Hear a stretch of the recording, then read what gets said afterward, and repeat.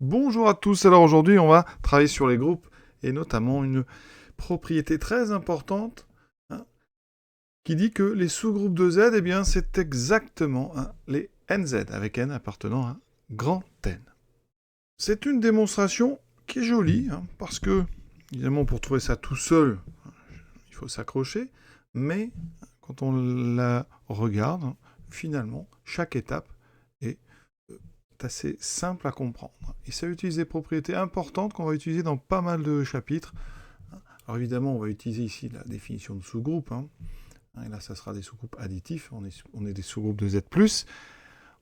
On va utiliser, dans la deuxième partie de la démonstration, une propriété des entiers naturels qui dit que toute partie non vide de N admet un plus petit élément. Ça, c'est très important. Et ensuite, en dernière étape, on va utiliser de la division euclidienne. Voilà. Donc on est parti. Comment ça va se dérouler? Alors d'abord, on va montrer que tous les NZ sont des sous-groupes. D'accord? Et ensuite, on fera, dans l'autre sens, montrer que tout sous-groupe de Z, c'est effectivement un NZ. Donc première étape, d'accord? On va considérer les NZ. Alors déjà, il faut donner une définition de ce qu'est justement les NZ. Donc on prend donc soit N un entier naturel, eh bien NZ, c'est l'ensemble des éléments N fois K avec K appartenant à Z. D'accord? Donc, dans NZ, eh bien, vous allez trouver tout simplement 0, N, moins N, 2N, moins 2N, et etc., etc., etc. Et donc, première démarche de notre démonstration, on va montrer que ces NZ sont bien des sous-groupes de Z. Donc, montrons que NZ est un sous-groupe de Z. Alors, je rappelle quand même que, évidemment, Z plus, on est ici sur l'addition, Z plus, on sait que c'est un groupe. D'accord? C'est même un groupe commutatif, ce qu'on appelle un groupe abélien. Donc ici, pour montrer que NZ est un sous-groupe de Z, d'abord on remarque que NZ est inclus dans Z, donc il n'y a pas tant de choses que ça à montrer. Tout d'abord, NZ est non vide. Eh bien, N appartient à NZ, d'accord? Donc NZ est non vide. Ensuite, stabilité par addition. Je prends donc soit X et Y appartenant à NZ, eh bien montrons que la somme est dans NZ. Alors, ici, ça veut dire que X et Y sont dans NZ. Il existe donc K appartenant à Z tel que X est égal à N fois K. Et il existe K' appartenant à Z tel que Y est égal à N fois K'. Conclusion, quand j'ajoute X plus Y, eh bien c'est NK plus NK'. Je factorise par N, ça fait N fois K plus K'. K plus K', c'est bien un élément de Z. Donc X plus Y s'écrit bien N fois un entier. Donc X plus Y appartient bien à NZ. Donc on a ici ce qu'on appelle la stabilité par addition. Deuxième étape, vous voyez, stabilité par passage à l'opposé. Donc on prend soit X appartenant à NZ. Donc il existe K appartenant à Z tel que X est égal à NK. D'accord? Est-ce que moins X est bien dans NZ? Eh bien, moins X est donc égal à moins N fois K, c'est-à-dire N fois moins K. Moins K, c'est bien un élément de Z, d'accord? Donc, effectivement, moins X s'écrit N fois un entier relatif, donc moins X appartient aussi à NZ. Donc, on a NZ qui est non vide, stable par addition, stable par passage à l'opposé.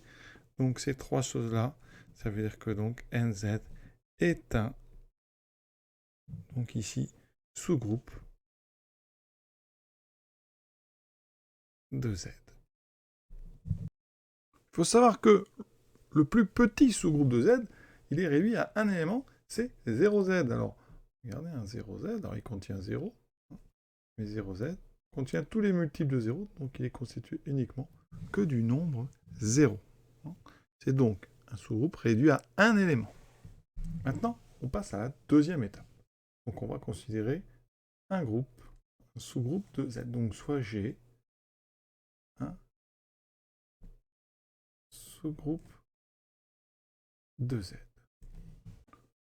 Premier cas. On va d'abord se débarrasser justement de ce groupe un petit peu particulier qui est 0Z. Donc premier cas, G est réduit à l'élément neutre 0.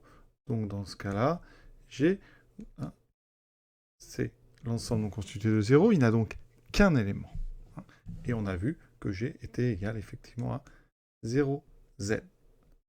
Donc dans ce cas-là, G est bien un NZ. Maintenant, on va s'attaquer au deuxième cas. C'est vraiment la partie intéressante. G, donc, n'est pas réduit à l'élément neutre, 0. D'accord? Ça veut dire qu'il contient alors un autre élément, F, non nul. Maintenant, petit plan de la démonstration qui va suivre. On va considérer un ensemble intéressant, l'intersection de G avec l'ensemble des entiers naturels non nuls, c'est-à-dire G inter N+. On va montrer que cet ensemble admet un plus petit élément, grâce à la propriété qui est en bas, qui dit que toute partie non vide admet un plus petit élément. Ce plus petit élément, on va l'appeler N. D'accord? Et dans ce cas-là, une fois qu'on a ça, on va montrer que NZ est inclus dans notre groupe. C'est-à-dire que tous les multiples de N sont aussi dans le groupe.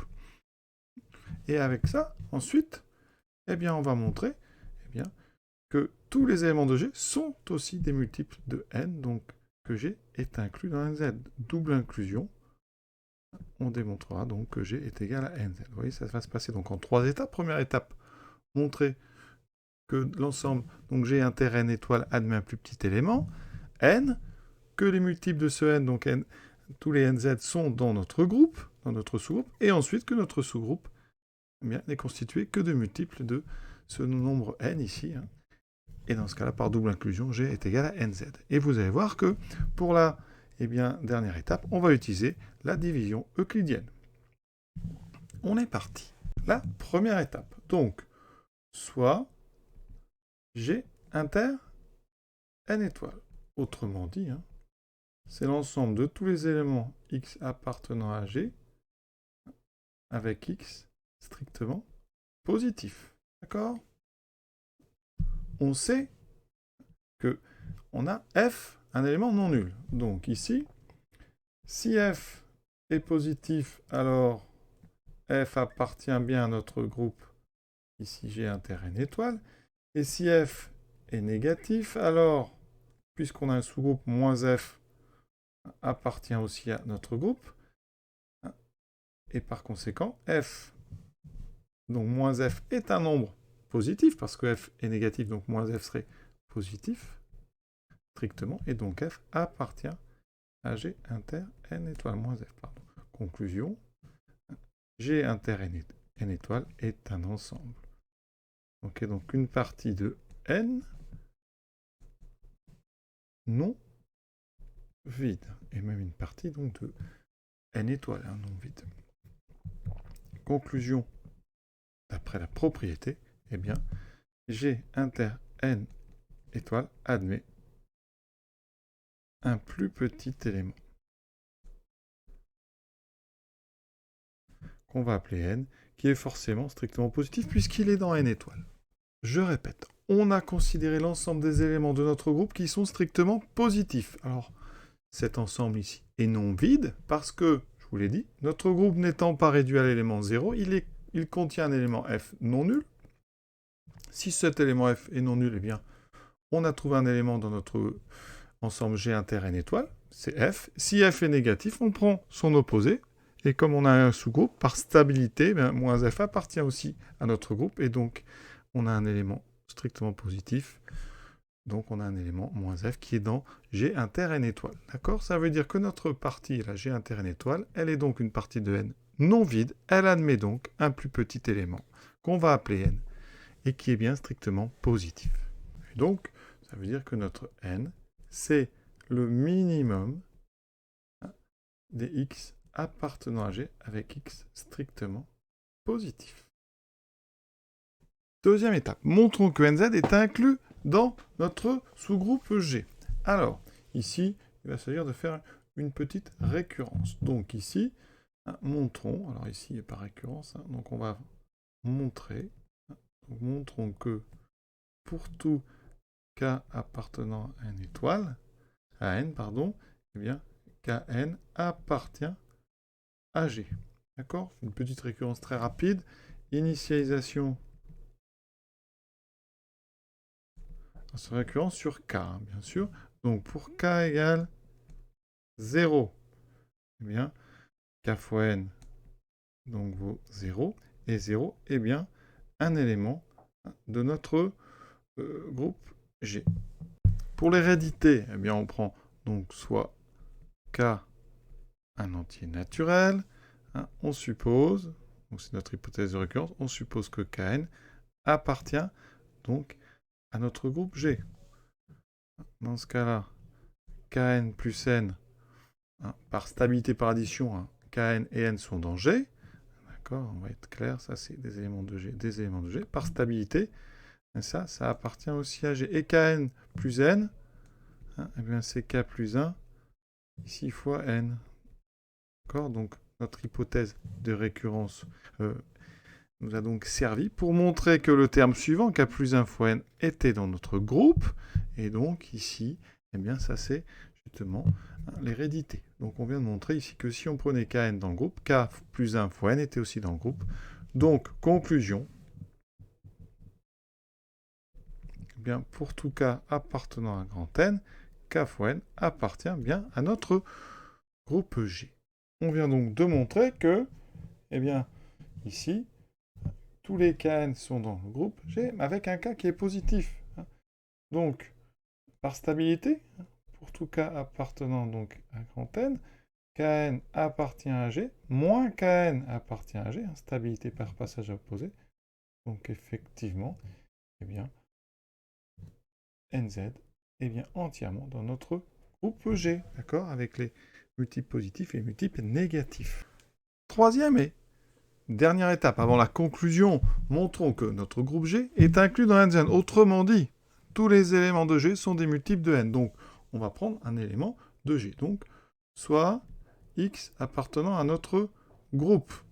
Et on va utiliser la division euclidienne. Division euclidienne dans Z. Donc, X appartient à G. Donc, il existe un couple QR appartenant donc à Z2 tel que, ici, eh bien, on va faire la division de X par N. Hein, N, donc, effectivement, est non nul. D'accord, on a bien insisté, c'est le minimum donc, de notre ensemble G inter N étoiles. Donc N est non nul. On divise donc X par N, ça veut dire qu'il existe QR tel que X s'écrit donc N fois Q plus R avec très important. Hein, et c'est ça la division auquel notre reste est forcément positif ou nul et strictement plus petit que la valeur absolue de notre diviseur. Ici, c'est n. Comme n est positif, vous n'êtes pas obligé de mettre la valeur absolue. Donc, on a ceci. Cette condition ici sur le reste, elle est primordiale. Hein. R est donc un nombre positif strictement plus petit que n. Alors, regardez, hein, ce nombre R, c'est donc x moins n fois q. X, c'est évidemment un élément de G. N fois q. Alors, n, eh bien, il appartient à notre groupe. N fois Q, c'est donc un multiple de notre N. Donc NQ appartient aussi à G. Encore par stabilité, par addition. Conclusion, stabilité ici, ça veut dire que donc, NQ appartient à G. Donc moins NQ ici appartient à G. Donc ici, on a une addition X plus moins NQ. Ça veut dire que notre nombre R, notre reste, il appartient aussi au groupe. Très important. Supposons maintenant que R n'est pas nul. Donc supposons, hein, si R n'est pas nul. Alors, en français, R est un élément de G, d'accord, non nul, strictement plus petit que N. Eh bien ça, c'est impossible. Parce que, rappelez-vous, hein, je vais l'écrire ici, N, c'est le plus petit élément non nul de G. Or, N, c'est le minimum donc de tous les éléments de G strictement positifs. Si R était un élément de G non nul, eh bien dans ce cas-là, hein, il ne pourrait pas être le plus petit élément, sachant que n est déjà le plus petit élément, d'accord? R n'est pas égal à n, il serait plus petit que n. Donc ça, ici, c'est impossible. R est un élément de G non nul, strictement plus petit que n. C'est impossible. D'accord? Par construction de notre nombre n. N, c'est le plus petit non nul. Donc, il ne peut pas y avoir un autre plus petit que n non nul. Conclusion. Donc, c'est impossible. Donc, la seule possibilité, c'est que R soit égal à 0, puisque R est strictement donc plus petit que n et positif. Donc R est forcément égal à 0. Donc, qu'est-ce qu'on fait de ça? Eh bien, ça veut dire que x, qui est égal à n fois q plus R, est donc égal à n fois q. Donc, comme q, eh bien, il appartient à z, x est bien n fois un entier relatif, donc x appartient forcément à n, z. Ça veut dire que tous les éléments de notre sous-groupe G sont dans nz. Donc ici, on vient de montrer que G est inclus dans nz. Oui, c'est un très joli raisonnement ici. Hein. D'accord, je répète, c'est vraiment la partie importante. C'est que notre reste ici, qui est une par stabilité qui appartient à notre groupe, hein, eh bien, il y a deux cas. Soit il est nul, soit il n'est pas nul. Et dans ce cas-là, il serait non nul, strictement plus petit que n, étant dans le groupe. Et là, ça n'irait pas parce que, par construction de notre n, eh bien, n c'est lui le plus petit non nul. Donc, R ne peut pas être à la fois différent de n et plus petit que n. Donc, seul cas possible, c'est que R est égal à 0. Vous voyez? Et donc, ici, eh bien, on a notre double inclusion. On a montré à l'étape 2 que nz est inclus dans z. À l'étape 3, que G est inclus dans nz. Donc, par double inclusion, eh bien, G est donc égal à nz. On peut maintenant passer à la conclusion. On a montré, donc, d'abord que, eh bien, pour tout n appartenant à grand N, nz est un sous-groupe de z. D'accord? Ensuite, on a montré que tout sous-groupe de z est un nz. Autrement dit, pour tout sous-groupe de z, il existe un nombre n tel que notre groupe est égal à nz. Conclusion. Donc, eh bien, les sous-groupes de z sont exactement les nz avec n appartenant à grand Z, avec même ce petit cas particulier pour n égale à 0 qui fait un groupe réduit à l'élément neutre. Hein. Mais vous voyez, on a terminé cette très très jolie démonstration. Je vous souhaite une bonne fin de journée en espérant que vous ayez bien compris toutes les étapes et que j'ai été clair. Voilà, à bientôt.